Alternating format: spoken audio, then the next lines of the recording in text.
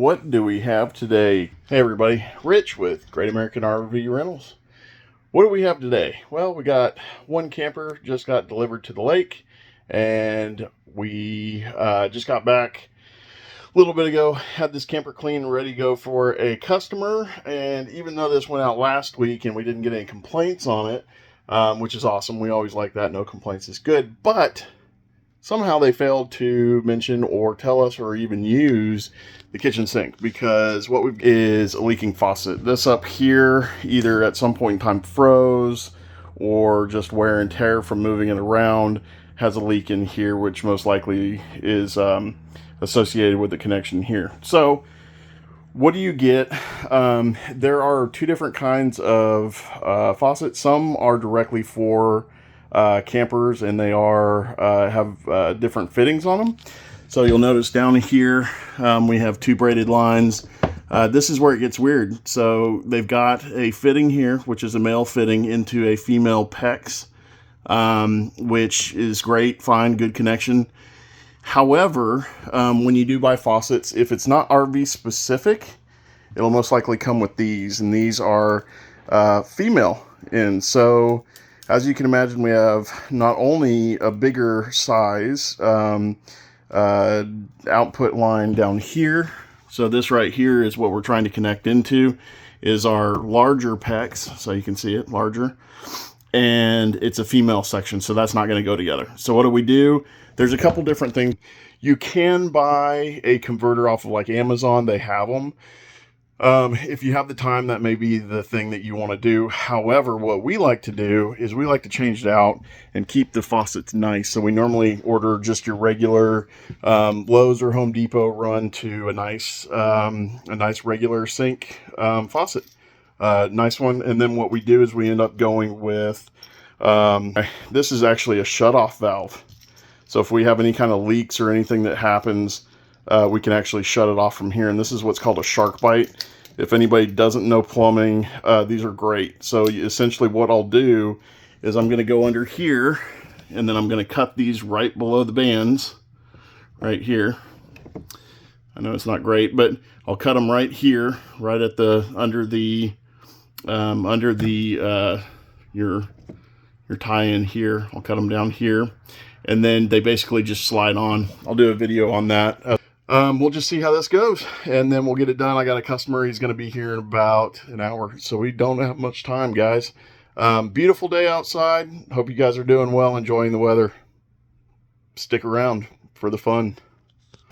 Okay, guys, step one, as you can see up here, there's actually some water damage that tells me that this has been leaking for a little while here. Step one is basically undo these two. We're going to pull this assembly out here. Start there, get this guy out and run the new lines for the new one. That's kind of your first starting place. I got some towels down here to mitigate the any kind of extra water flowing over. So the lines have been drained. There's no water in there, but you always have a little bit of water that's residual. I did open up some of the other sink inlets, sink valves, and that's pulling any of the water out. So we're good to go there. I'll take a look at this once we get this out and show you how to proceed. Okay, once you undo this screw here and this other screw on that other side, that's putting tension on this plate to hold this up into place so this guy isn't wiggling around all the time. So once you do that, you're basically going to remove this, drop this down all the way.